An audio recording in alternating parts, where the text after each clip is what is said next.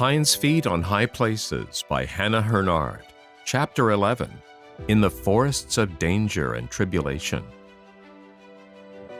With what joy they welcomed the shepherd as he sat down in their midst, and after cheerfully congratulating them on having surmounted the precipice, he laid his hands gently on the wounds which Much Afraid had received when she fell, and immediately they were healed. Then he began to speak to them about the way which lay ahead. You have now to go through the forests which clothe the sides of these mountains almost up to the snow line. The way will be steep, but you will come to resting places here and there. These are the forests of danger and tribulation, and often the pine trees grow so tall and so closely together that the path may seem quite dark. Storms are frequent up here on these slopes, but keep pressing forward. For remember that nothing can do you any real harm while you are following the path of my will. It did seem strange that even after safely surmounting so many difficulties in steep places, including the impassable precipice just below them, Much Afraid should remain so like her name. But so it was. No sooner did the shepherd pronounce the words danger and tribulation than she began to shake and tremble all over again. "The forests of danger and tribulation," she repeated with a piteous quaver in her voice. "Oh, shepherd, wherever will you lead me next?" "To the next stage on the way to the high places," he answered promptly, smiling at her as nicely as possible. "I wonder if you will ever be able to get me there," groaned poor foolish little Much Afraid. "I wonder you continue to bother with me and don't give up the job altogether. It looks as though I never shall have anything but lame feet, and that even you won't be able to make them like Hinds' feet." She looked disconsolately at her feet as she spoke. Certainly at the moment they did look even more crooked than ever. "I am not a man that I should lie," said the shepherd gravely. "Look at me, Much Afraid. Do you believe that I will deceive you? Have I said, and shall I not do it? Or have I spoken, and shall I not make it good?" Much Afraid trembled a little, partly at the tone of his voice and partly because she was still much afraid by nature and was already trying to picture what the forests of danger and tribulation would be like. That always had a disastrous effect upon her, but she answered penitently, "No, I know that you are not a man who would lie to me. I know that you will make good what you have said." "Then," said the shepherd, speaking very gently again, "I am going to lead you through danger and tribulation, Much Afraid. But you need not be the least bit afraid, for I shall be with you. Even if I lead you through the valley of the shadow itself, you need not fear, for my rod and my staff will comfort you." Then he added, "Thou shalt not be afraid for the terror by night, nor for the arrow that flieth by day, nor for the pestilence that walketh in darkness, nor for the destruction that wasteth at noonday. Though 1,000 fall at thy side, and 10,000 at thy right hand, it shall not come nigh thee. For I will cover thee with my feathers, and under my wings shalt thou trust." Psalm 91, verses 4-7. The gentleness of his voice as he said these things was indescribable. Then Much Afraid knelt at his feet and built yet another altar and said, "Yea, though I walk through the valley of the shadow of death, I will fear no evil, for thou art with me." Then, because she found that even as she spoke, her teeth were chattering with fright, and her hands had gone quite clammy, she looked up into his face and added, "For thou art not a man that thou shouldst lie, nor the son of man that thou shouldst repent. Hast thou said, and shalt thou not do it? And hast thou spoken, and shalt thou not make it good?" Then the shepherd smiled more comfortingly than ever before, laid both hands on her head, and said, "Be strong, yea, be strong, and fear not."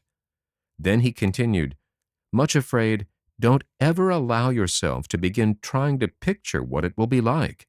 Believe me, when you get to the places which you dread, you will find that they are different as possible from what you have imagined, just as was the case when you were actually ascending the precipice. I must warn you that I see your enemies lurking among the trees ahead, and if you ever let craven fear begin painting a picture on the screen of your imagination, you will walk with fear and trembling and agony, where no fear is." When he had said this, he picked up another stone from the place where she was kneeling and gave it to her to put with the other memorial stones. Then he went his way, and Much Afraid and her companions started on the path which led up through the forests. Almost as soon as they had reached the trees, they saw the face of mean, sickly self-pity looking out from behind one of the trunks. He gabbled ever so quickly before he dodged back into hiding.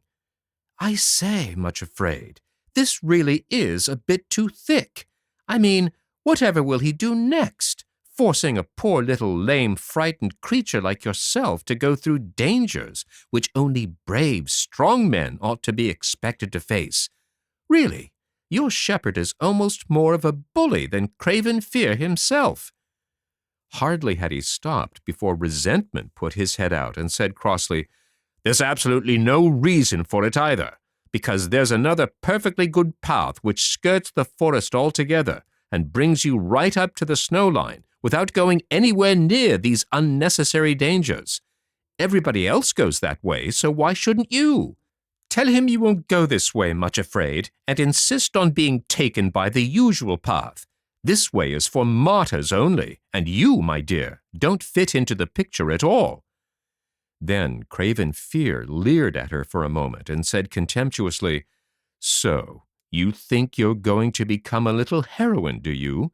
And go singing through the forest of danger? What will you bet, Much Afraid, that you won't end up shrieking and screaming like a maniac, maimed for the rest of your life?" Bitterness was next to speak, and sneered from behind another tree, "He would do this. It's just as I told you. After you have dutifully gone through one terrifying experience, he's always got something still worse lying ahead of you." Then Pride, who was still limping badly and seemed extra venomous as a result, said, "You know, he won't be able to rest content until he has put you to complete shame, because that's the way he produces that precious humility he's so crazy about. He'll humble you to the dust, Much Afraid, and leave you a groveling idiot in front of everyone." Much Afraid and her companions walked on without answering and without taking any notice. But as before, Much Afraid discovered that she limped more painfully whenever she heard what they said. It was really terribly perplexing to know what to do. If she listened, she limped, and if she put her fingers in her ears, she couldn't accept the hands of her two guides, which meant that she stumbled and slipped. So they stopped for a moment or two and discussed the matter, and then Suffering opened the little first aid kit hanging at her girdle, took out some cotton, and firmly plugged the ears of Much Afraid. Although this was uncomfortable, it did seem to have the desired effect, at least temporarily, for when the 5 sulkers saw that they could not make her hear them, they soon tired of bawling at her and left her alone until another opportunity should occur for badgering her again. At first, the forest did not really seem too dreadful. Perhaps it was that up there on the mountains the air was so fresh and strong that it made those who breathed it fresh and strong too. Also, the sun was still shining, and Much Afraid began to feel a sensation which was completely new to her, a thrill of excitement and, incredible as it seemed, of almost pleasurable adventure. Here she was, lame, Much Afraid, actually walking through the forest of danger, and not really minding.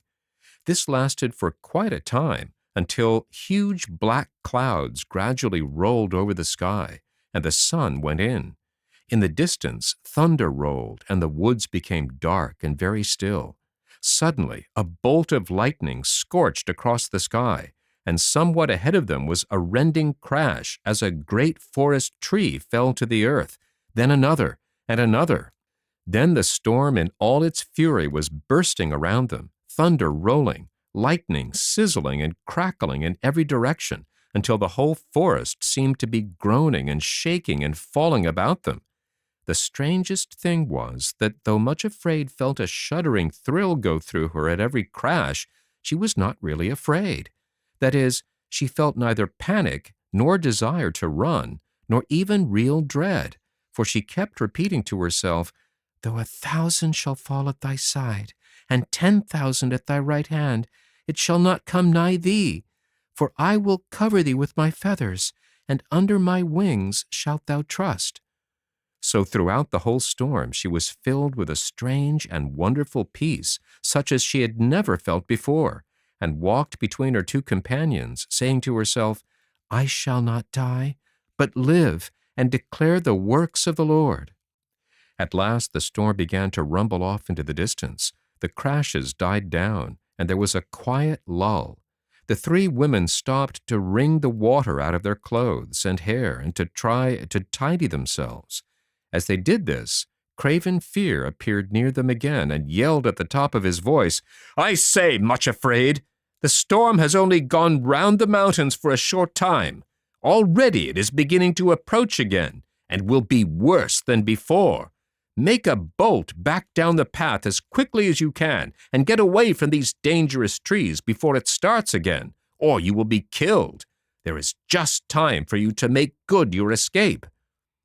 "Look here!" exclaimed Much Afraid, most unexpectedly, water still dripping from her hair, and her sodden skirts clinging like wet rags around her legs. "I can't stand that fellow shouting at me any longer. Please help me, both of you." And setting the example, she stooped down, picked up a stone, and flung it straight at Craven Fear. Her two companions actually laughed for the very first time and started hurling a barrage of stones among the trees where the five were lurking. In a moment or two, none of their enemies were visible. Then, just ahead of them, through the trees, they saw a log hut which seemed to offer a promise of shelter and protection from the storm, which certainly was again drawing nearer. Hurrying toward the cabin, they found that it stood in a clearing well away from the trees, and when they tried the door latch, to their joy it opened, and they thankfully slipped inside.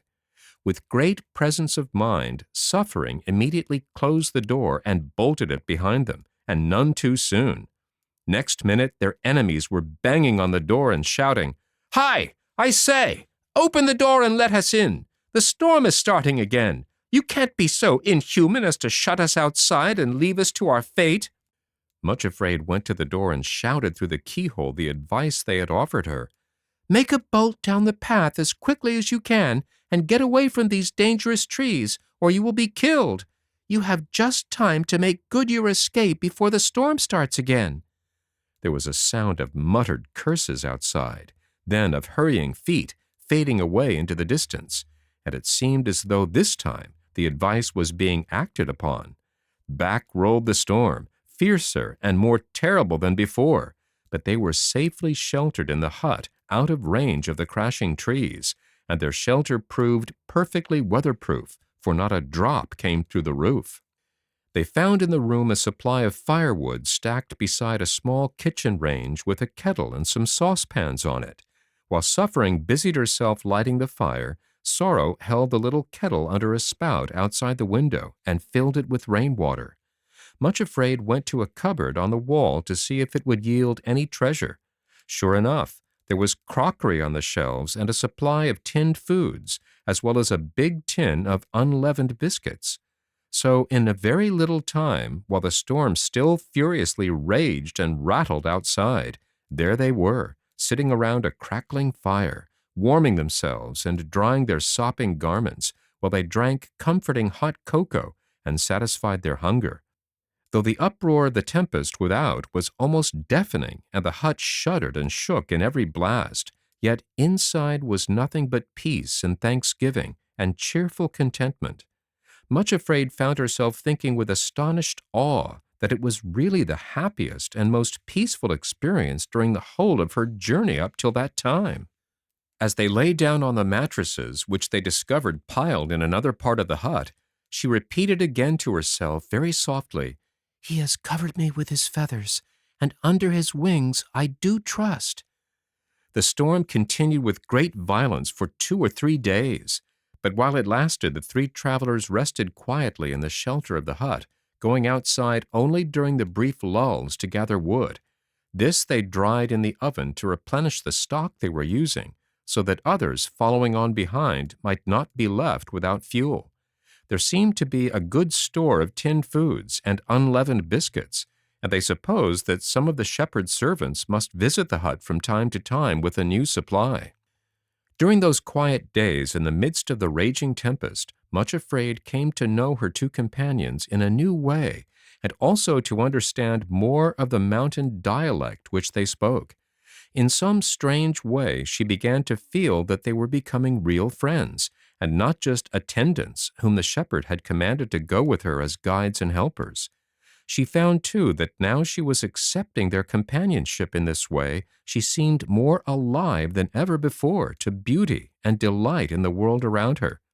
It seemed as though her senses had been quickened in some extraordinary way, enabling her to enjoy every little detail of her life, so that although her companions actually were sorrow and suffering, she often felt an almost inexplicable joy and pleasure at the same time.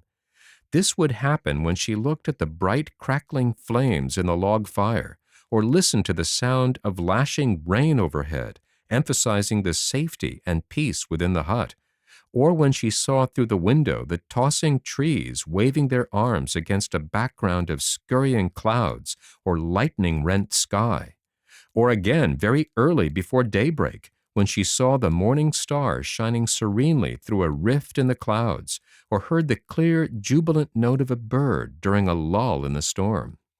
All these things seemed to be speaking to her in the mountain dialect, and to her growing astonishment, she found it an incredibly beautiful language, so that sometimes her eyes filled with tears of pure joy, and her heart seemed so full of ecstasy that she could hardly bear it.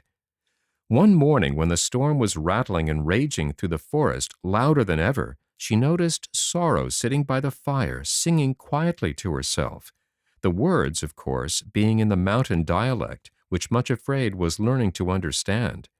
This is the best translation that I can give, but you will realize that the original was much more beautiful and full of forest sounds and music. "How lovely and how nimble are thy feet, O prince's daughter! They flash and sparkle and can run more fleet than running water. On all the mountains there is no gazelle, nor roe or hind can overtake thee, nor can leap as well, but lag behind."